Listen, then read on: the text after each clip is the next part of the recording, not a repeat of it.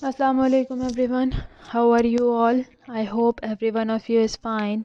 I am here with another lecture. My lecture number is 144 for Inter Part 2 जिसमें हम लोग chapter number 8 aliphatic hydrocarbons के बारे में बात कर रहे हैं. And nowadays we are discussing about the nomenclature of these hydrocarbons, aliphatic hydrocarbons. अपने previous lectures में मैंने आपको बताया about the common names or the trivial names of the hydrocarbons. Trivial names क्या है कि जब जब पुराने ज़माने में या अभी तक जब भी कोई भी नया कंपाउंड डिस्कवर होता है वो स्टडी किया जाता है पहली दफ़ा, तो जो बंदा उसको डिस्कवर करता है या फिर जहाँ से वो डिस्कवर होता है, जो उसको स्टडी करता है, उसके नाम के हिसाब से उसका नाम रख दिया जाता है. So that creates a little bit confusion. वो कोई एक प्रॉपर नेमिंग प्रोसेस नहीं है जो कि उस एलिमेंट को, उस कंपाउंड को डिफ़ाइन करने में हेल्प कर सके. सो दैट इज़ वाई उसके बाद एक सिस्टम आया कॉमन नेम्स का. कॉमन नेम्स में क्या है कि एक प्रोसेस लगा दिया गया, एक सिस्टम लगा दिया गया कि जब एलिफेटिक हाइड्रोकार्बन्स है उसके अंदर अगर अल्केन्स है उनका किस तरह से नाम होगा, अल्कीन्स किस तरह से, अल्काइंस किस तरह से, जिसमें एन, नियो, आइसो, इन सब वर्ड्स का इस्तेमाल किया गया, इन सब प्रीफिक्सेस को ऐड किया गया था in order to explain the structure of the simple aliphatic hydrocarbons. But यहाँ पे भी इशू ये था कि सिंपल एलिफेटिक हाइड्रोकार्बन्स के लिए ही ये वाले नेम्स यूज़ हो सकते थे.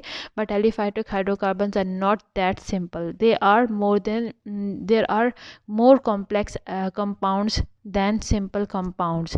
सो हर एलिफेटिक कंपाउंड को अगर हम देखते हैं तो most of them contains thousands of carbon atom या हंड्रेड्स ऑफ कार्बन एटम. तो अगर उन हंड्रेड्स ऑफ कार्बन एटम या थाउजेंड्स ऑफ कार्बन एटम वाले कंपाउंड्स को हम कॉमन नेम से स्टडी करने की कोशिश करें, it will create mass confusion. क्योंकि ये कॉमन नेम्स कॉम्प्लेक्स मॉलिक्यूल्स को एक्सप्लेन करने के लिए नहीं है बनाए गए. ये ना ही किसी भी मॉलिक्यूल के स्ट्रक्चर को डिफ़ाइन करते हैं, ना ही कॉम्प्लेक्स मॉलिक्यूल्स को नेम देने के लिए यूज़ हो सकते हैं, because they are not that well named या वेल स्ट्रक्चर्ड. तो उसके लिए एक नेम्स का नया सिस्टम है, that is IUPAC names. So let us see what are these IUPAC names. So in 1889 सन 1889 में the solution for naming the organic compound systematically, यानी कि एक सिस्टम के ज़रिए ऑर्गेनिक कंपाउंड्स को नाम देना, क्योंकि organic compounds there are million of compounds included in organic compounds. So उन मिलियंस ऑफ कंपाउंड्स को जब नेमिंग प्रोसेस करना है तो it should be well defined, it should be well systemised. तो it should not be based upon some common names और some trivial names. तो उसके लिए सन 1889 में एक सिस्टम बनाया गया था फॉर द ऑर्गेनिक कंपाउंड कि उनका नेमिंग प्रोसेस जो है वो सिस्टमेटिकली हो सके. And this was carried out by this solution, this method was carried out by international chemical Congress. It proposed a system of IUPAC names.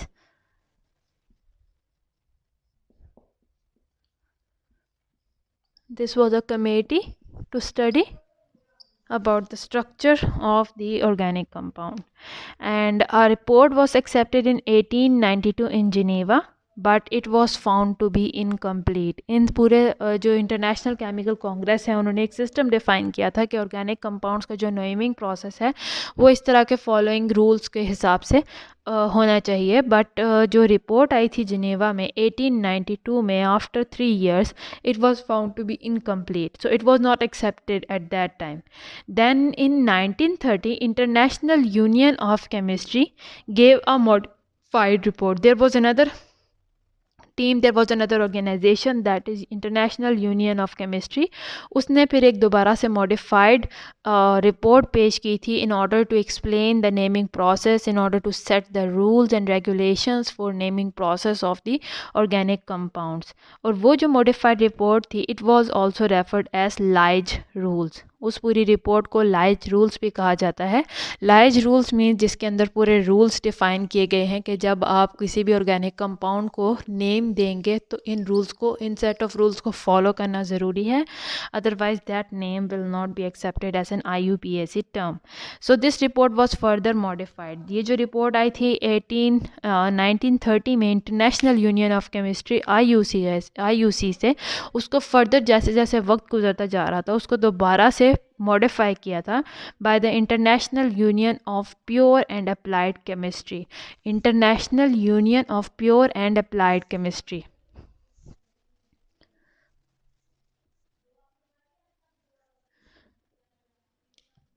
इस कमेटी ने, इस ऑर्गेनाइजेशन ने जो नेमिंग प्रोसेस दिया था that is follow till date,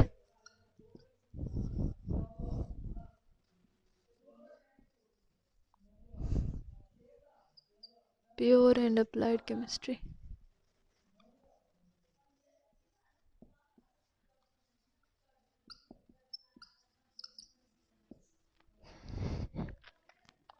So it was proposed by the International Union of Pure and Applied Chemistry in the year 1942 और 1947। सन 1947 में IUPAC names का एक मॉडिफाइड रिपोर्ट आई थी जिसमें properly her rule and regulation define किया गया था। और आज तक जो यूनियन है it has issued periodic reports on the rules for systematic nomenclature of organic compounds. यानी कि टिल डेट जैसे जैसे मॉडिफिकेशन हो रही थी, जैसे जैसे मज़ीद ऑर्गेनिक कंपाउंड्स डिस्कवर हुए, स्टडी हुए, सिंथेसाइज हुए, तो जैसे जैसे वो आ रहे हैं तो IUPAC ने अब तक 1947 से अब तक मॉडिफाइड रिपोर्ट्स बार बार सबमिट करवाई हैं in order to adjust the new compounds that are being discovered और the compounds that are being studied. The most recent जो है पब्लिकेशन थी it was in the year 1979। IUPAC system of nomenclature it is based on some principles. That principle is, this principle is declining the rule of the common names, जिसके अंदर मुख्तलिफ compound जिनका same molecular formula है उनको same name दिया जाता था। The principle for IUPAC naming system is each different compound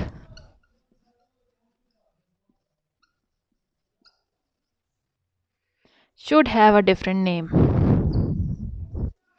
यानी कि चाहे उनका मॉलिक्यूलर फार्मूला सेम हो, उनका स्ट्रक्चरल फार्मूला डिफरेंट है तो उस कंपाउंड का डिफरेंट नाम होना चाहिए। The name should not be repeated in the according to the set of rules that are being proposed by the IUPAC committee, IUPAC organization. So thus through a systematic set of rules, the IUPAC system provides different names for more than 7 million known organic compounds। कि अब तक 7 million से भी ज़्यादा जो organic compounds हैं IUPAC ने उन सब के लिए एक सेपरेट नेम रेफ़र किया है according to their structure, according to their properties, but it is following this rule of this principle of each different compound should have a different name. Means जैसे कि कॉमन नेम में था, जैसे मैंने आपको butane का बताया जिसमें आइसोब्यूटेन आ जाता है, नियोब्यूटेन है, इसी तरह पेंटेन है, आइसोपेंटेन, एन पेंटेन, नियोपेंटेन है। तो इसके अंदर कॉमन नेम सेम ही है pentane, but structurally they are different from each other but they had the same name. This rule was declined by IUPAC। उसने कहा कि जितने कंपाउंड्स हैं जब वो स्ट्रक्चरली एक दूसरे से डिफरेंट हैं तो they should have a different name rather than having the same name. So according to this IUPAC system जो नेमिंग प्रोसेस, जो नॉमेनक्लेचर डेवलप हुआ था, we are going to study about it. So we are going to study with the nomenclature of alkyl groups. So alkyl groups क्या हैं कि जब if we remove one hydrogen atom from an alkane we obtain what is called as an alkyl group. Alkyl group is basically a derivative of an alkane. जब alkane के अंदर कोई एक hydrogen atom को रिमूव करके उसके अंदर कोई और डिफरेंट एलिमेंट ऐड किया जाता है, कोई और ग्रुप ऑफ एटम्स को अटैच किया जाता है, तो वो होता है, उसको कहते हैं हम that is a derivative of alkane. So इसको हम लोग कहते हैं जिसके अंदर से, जैसे अगर आप कह लें कि दिस was a compound, ये एक ईथेन है, इसके अंदर से मुझे एक हाइड्रोजन को रिमूव करके इसकी जगह पे कुछ और अटैच करना है, तो हाइड्रोजन के रिमूव होने के बाद इसको मैं कहती हूँ this is alkyl group. Alkyl group है यानी कि अल्केन से ये निकला है और इसके अंदर मीन्स इसके अंदर हम कोई भी ग्रुप ऑफ एटम्स को अटैच कर सकते हैं। This is a derivative. These alkyl groups have names that end in YL, इनके एंड पे YL अटैच होगा। For example this, originally this was called as ethane after removal of hydrogen, इसका मतलब है यहाँ पे कुछ और ग्रुप ऑफ एटम आके अटैच होना है, तो now we will name as it as ethyl.